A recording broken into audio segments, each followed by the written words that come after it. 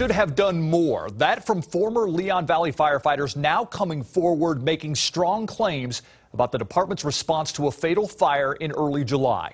It is the latest development in a defender's investigation we've been following for weeks now.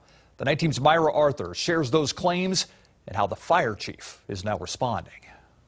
We've known it for well over a year now that something like this was going to happen. We are not revealing the identity of this former Leon Valley firefighter who believes emergency responders dropped the ball when responding to this apartment fire on July 5th that killed a 31-year-old woman. There's a fire and the girl burned herself. Just send somebody quick. A 911 caller reported the woman was burned, but the Leon Valley Fire Department did not dispatch its own ambulance due to a lack of manpower. If the officers chose not to bring an ambulance with them and staff it, they could have called for an ambulance right then and there. According to radio transmissions, a firefighter requested an ambulance once on scene from private company Acadian.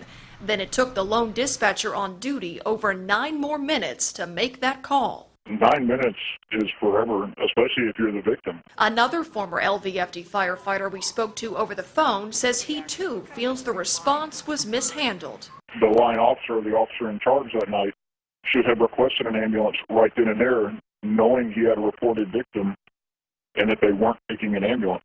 The National Fire Protection Association recommends a minimum of 4 firefighters on an engine or ladder truck.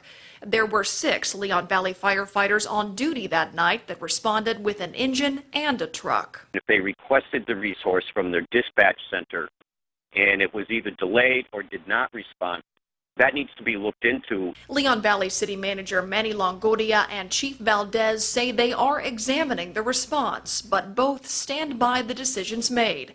As for a former member of LVFD, I think the citizens of Leon Valley should be concerned. And Chief Valdez was unavailable for an on-camera interview today, but he told me over the phone he feels it's unfair for firefighters who were not on scene to make claims about the department's response. Leon Valley also received fire aid from Balcones Heights, Helotes, and Castle Hills that night.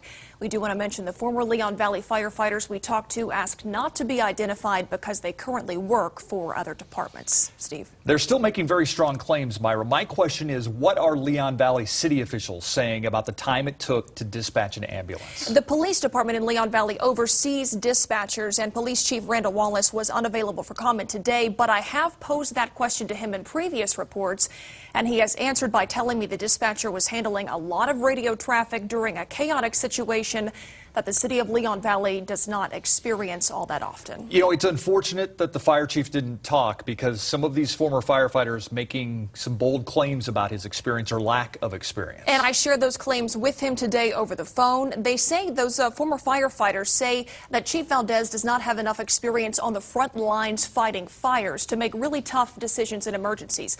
Chief Valdez admits that his experience in that area is not vast, but he says he has ample training and qualifications. We have posted his job experience on ksat.com. All right, we'll continue to follow the story. We will. Thanks, Myra.